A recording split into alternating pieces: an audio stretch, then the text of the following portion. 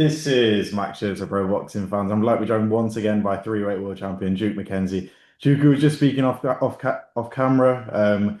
Life as a boxing fan, it's amazing, but also sometimes it's tough. Last night we had two huge events. I think we're both feeling tired right now. Just sum up life as a boxing fan right now. Do you know what? Like we're getting fights off the Richter scale now. Boxing's taken a whole new direction in terms of it. Boxing isn't boxing anymore. It's like gone back to the old days where you're getting events, where you're getting the best fighting the best. I think what you witnessed last night was just, you know what? There are really not enough superlatives. There are not enough words that you can say what Terence Crawford has just achieved in boxing. It's unheard of. You know what? Another way I'd like to describe it is I've been a world champion, as you know, and I've been a three division world champion, but I've only won one of the belts. I don't know what it is to be undisputed. I don't know that feeling. Do you understand? What he did last night is unbelievable. He's a three-time undisputed world champion, and he's beaten the best of the best. Now, for me, there were red flags way before this fight, not way before the fight, in the build up to this fight.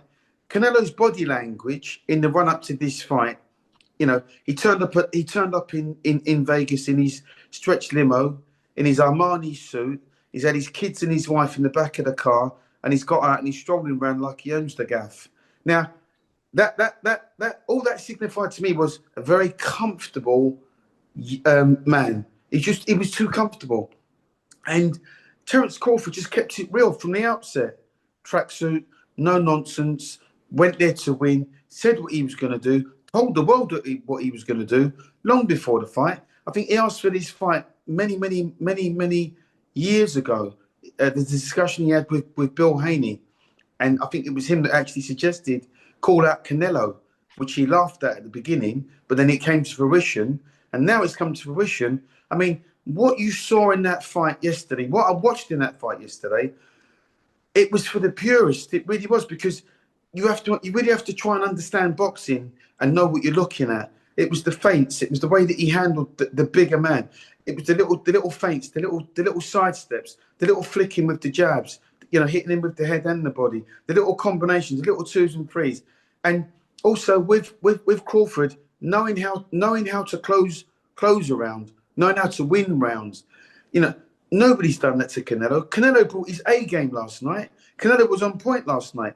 That performance that Canelo gave last night would have probably beaten just about anybody else in the middleweight division, but it wasn't going to beat Crawford.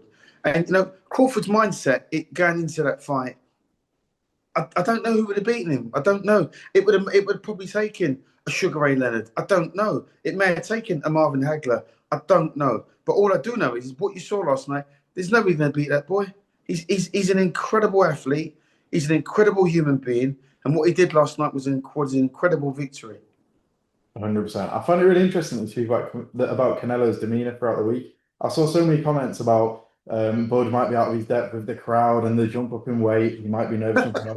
I saw all these comments and I thought, I don't think Canelo or Crawford will come into a fight nervous, but I've not heard people talking about Canelo. So do you think he did almost come in maybe a bit too sure of himself? And do you think Bud, any part of him was nervous for this fight? I don't think he was as nervous as what he would be for any other fight, because he treated this like he did any other fight. If you look at Crawford's record, 41-0 speaks for itself. Sorry, 42-0 speaks for itself. He doesn't take his eyes off the prize. He's a winner. Like I say, I'm not making obvious comparisons between me and him, because there are none. We're just boxers per se, right? And like I say, I've been a three-time world champion, but I've only done it in three weight divisions. I've never been undisputed. I don't know what it is to have that kind of a feeling. And that, for me, what signifies the good from the great. I might have been a good world champion, but he's a great world champion. And like I say, that's not coming along again. And it's never been done. It's never been done. Nobody's done what Crawford's done. So, like I say, his body language throughout the whole of this build up to the fight, during the fight, even after the fight, how humble was he when he was talking to the presenters on the Netflix platform? Which again, they must have had ridiculous viewing figures for that fight last night. And I'm going to watch it again. I'm still excited now by what I've seen Crawford do. it's history. It's history making. It's career defining, and it couldn't really happen to a nicer human being. Yeah, definitely. And before I compare Bud to the greats, I want to speak about how tough of a test was. He jumped up the two weights. He's been out of the ring for over a year now. Like you say, maybe you can't compare yourself to Bud, but you can. You've been a fighter yourself, and he's not had the activity. There were so many questions about Terence. Is it too big of a jump? Is Canelo too experienced at the weight? Has he had too long out the ring? Like it was hard enough as it is fighting Canelo, but with all these obstacles as well. Like how brilliant is this win? And when you jump up in weight, it's like hitting a brick wall. I remember when I moved to my fourth weight division, and I was hitting guys with my best shot, and it was like hitting a bloody brick wall. It really was. But Crawford, the way he handled the weight discrepancy between him and Canelo, everything Canelo threw at him, he offset it. He stayed southpaw. He didn't go from southpaw to orthodox. He stayed in the southpaw stance. Canelo didn't seem to have an answer to that. As hard as he tried, and Canelo tried his hardest last night, he put everything into every punch. But as I said before, one punch isn't going to stop Crawford. One punch isn't going to be enough. I don't know how you beat a Crawford, but I would just suggest that you put combinations together. Canelo couldn't do that. He hasn't been able to pull the trigger for quite some time. Again, I've mentioned that the proof is in the pudding. If you look at Canelo's last 5 fights, he's no longer a combination puncher. He's reliant too much on his single punch power, one punch power that he has, which is quite destructive, but you've got to be in front of him to land that shot. At no point in that fight did he land cleanly and hurt Crawford. There was no point where he had him backed up in the ropes or anywhere in that fight. He was putting together 2, 3s, and 4 punch combinations. This wasn't the Canelo of old that boxed Miguel Cotto, where you saw that sort of flamboyance, where you saw that those combinations. Those days are gone. Canelo's adjusted his style for the ages now, and what's got him through previously didn't get him through last night. It was never going to beat Crawford. Crawford boxed a punch perfect fight. His movement was good. He knew when he was on top, and he knew how to win the rounds. And he wasn't being disrespectful when some of the rounds he was laughing at Canelo. He was just trying to goad him a little bit and make him work harder, because he knew once Canelo had put his punches together, he can't sustain it. Those days are gone. And he tried to do that to him. It was a great performance. There's no other word. There's no other way you can describe it. Yeah, and I think before the fight, I think Terence got a lot of criticism, and he was written off by a lot of people. And one thing that even Canelo said himself was about his resume, how he's not fought an elite fighter. Now he has beaten Canelo. When you speak about legacy and legacy defining wins, is this the one? He's already a great, but is this the one that really puts him up there with the pound for pound all timers? It certainly has to, because Canelo is an all-time great. Mm. Everybody's been talking about Canelo, how great he is, how he's moved through the weight divisions. Everybody talks about his head movement, his hand speed, his power of late, right? We're looking at an undisputed champion in Canelo. And it wasn't easy to beat Canelo, but Crawford made it look easy. The way that he moved around the ring, there was no point at any point in that fight where Canelo was able to back Crawford up and keep him pinned down and land those single big shots that he was throwing. There was no point. Crawford was never hurt in that fight. He went into the fight and he came out. He looked exactly the same. There was no puffiness around his face. Another thing for me, when Canelo apologized for the accidental headbutt, that's not what you do in fights. If you hit somebody, you headbutt somebody, you want to do it again. That's just my mentality. Call it bad sportsmanship. I don't really give a damn. But that's what I'd want to hit him again. I'd want to headbutt him again. You see what I mean? I'd want to open that cut if I could. I want to do everything in my power to make that cut worse, to give me the advantage. But Canelo went, "Oh, sorry, mate. Didn't mean it." That's not the sign. That's not a winning mentality in my eyes. I mean, I don't want to take nothing away from Canelo, because last night he gave it his all, but his all wasn't good enough. Crawford beat him in every department. When Crawford put the little combinations together, some of the commentators were saying they were pity-pat combinations. He went bang, bang, bang, little pity-pat combinations. But it wasn't. He was just testing the water to see where he could get through and racking up the rounds and banking the rounds. I had him winning by at least 4 rounds. At least 4 rounds. Definitely. And then there's been a lot of talk about Canelo as well. What Canelo do you think we have on our hands? I know you said that performance from Canelo last night would probably beaten anyone else at the It would weight. have beaten anyone. Do you still Would think have, we've got yeah, would have Canelo at his beaten best? anybody else. Sorry, champ. Do you still think like Canelo is at his best, or do you think that we are seeing almost like a slip almost? Or Well, what Crawford's done now, he's exposed Canelo again. Bivol done it, and now Crawford's done it. So he's Canelo's lost two out of his last five fights. There's two defeats in there now. So there's chinks in his armor, which would suggest that he's slipping now. He's not the fighter that he once was. I mean, like I say, you can't take nothing away from Crawford from what he did last night. That performance would have beaten anybody else. I promise you that. But it wasn't going to beat Crawford. If I was Canelo, I've just got another 150 million, which has to be his tax money now. He's wealthy beyond measure. He's wealthy beyond anybody's wildest dreams. Now would be a time to bow out. Because if he loses to anybody else other than a Crawford, where does that leave his legacy? Tarnished and in the bin. He doesn't deserve that. He's been a fabulous world champion. He's served the sport of boxing like no other. But the time now he's got to say to himself, you know what? I've had enough.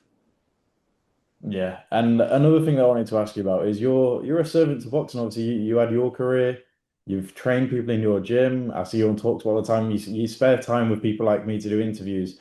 A lot was made of the promotion of Max Kellerman talking about boxing needing to be on the same scale as UFC, needing to get bigger. And I saw Canelo cut him off and say, "Boxing is big. Boxing always has been big." I was wondering, what do you make of that? Max Kellerman almost saying boxing needs to be bigger.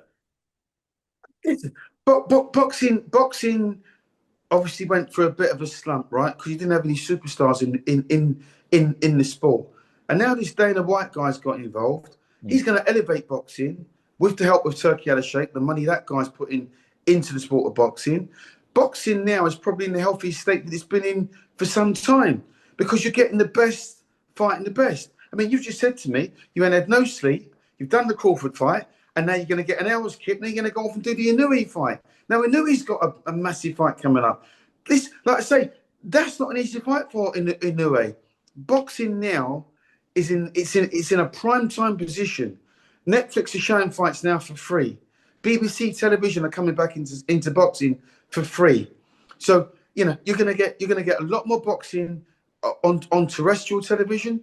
You're gonna get a lot more boxing now for free, which is what the public deserve and what they want. They're gonna get it. They're gonna get the best fight in the best. Like I say, I can't even wait to see the Inouye fight. It's gonna be such a good fight. But like I say, I don't want to get drunk, and I don't want to pass on what we've just witnessed last night, because for me, what we saw last night was an absolute boxing masterclass. You can't help but love Terence Crawford because they say nice guys come last. He's a nice guy, and he's come first. He ain't come last, he's come first. He's just beaten the pound for pound number one fighter on the planet. It doesn't get any better than that. He's come out the fight unscathed. He said he wants to go home to his wife and kids. How beautiful is that? They said, are you going to go on holiday? He said, no, I'm just going to go and chill with my kids. Listen, you know what? I love Terence Crawford's personality. I love how humble that he is. And I hope, you know what? I hope he retires. He won't, because there's a £150 million payday out there for him. But wouldn't it be nice if they just gave him the money because he's that good and he could retire then? Because you know what? To retire undefeated, a 3-division undisputed world champion, a four division world champion, it can't get any better than that. I mean, again, Manny Pacquiao's an 8-time world champion in 8 weight divisions, right? Or is it 7? 7 or 8, whatever it is, right? But he's not an undisputed 3-time undisputed world champion, which when you talk about levels and two true great world champions, it puts other boxers' achievements into some kind of perspective. Do you see what I mean? It's great being a world champion, no doubt, but undisputed. You know what? Boy, I'd love to be in Terence Crawford's house now. I'd like to be a fly on the wall, because I bet he's just sitting back having a cup of tea and a bit of toast, talking to his wife and enjoying his family and counting all those millions that he's just earned. 100%. Like I said, Duke, I don't want to keep you too long, so I've just got a couple more questions. I just got sent the press conference from John, who's out in Las Vegas right now. I was watching, and I saw Canelo said that he feels Terence Crawford is better than Floyd Mayweather. And obviously he's been in the ring, so maybe he knows better than me, maybe he knows better than you. But as a fan, I know someone that you've seen Terence's career, you've seen Canelo's, and you've seen Floyd Mayweather's career. Who do you think is the best out of the two? Well, you know what? It's a little bit. It's a little bit of a. It's a little bit of. It's one of them conundrums, isn't it? We're never going to know just how great. We're never going to know because they're never going to fight, and we can surmise and guess all we want. Mayweather was the master at. I mean, Mayweather at lightweight was incredible in my opinion. Mayweather at 9 stone 9 was probably the second best 9 stone 9 fighter that's ever walked this planet, with the exception of Roberto Duran, who for me is number one at lightweight. So was Mayweather better than Crawford at any of the weights? Welterweight, I don't know. It's a tough one, and I don't even want to. You know what? I don't even want to say that he was, because, like I say, we have to marvel at these guys because they're exceptional athletes. They're exceptional boxers, and it's easy to make that, like I say, who was better than who, and I'm not in a position to judge. Perfect. And then the last one, bit of a fun one. We've got the facilities, so we've got the finances from Turki Al-Sheikh. We've got Dana White. We've got the platform on Netflix. For you, Duke, as a boxing fan now, what's the fight you want to see made next? What's the big one? What's the next Netflix headliner? Well, you just said it, Inoue. And Inoue, for me, that guy excites me as much as Crawford does. Inoue's another throwback. He's another undisputed. I think at 2 weight divisions, undisputed. Inoue, Inoue can box and Inoue can punch. And you want to see him get a test. You want to see just how high that ceiling is for him. Because, again, what he's proving is that he's cleaning up the divisions. He's moving through weight divisions, and he's cleaning up. I can't wait to see Inoue's next fight. Like I say, that's the next one for me.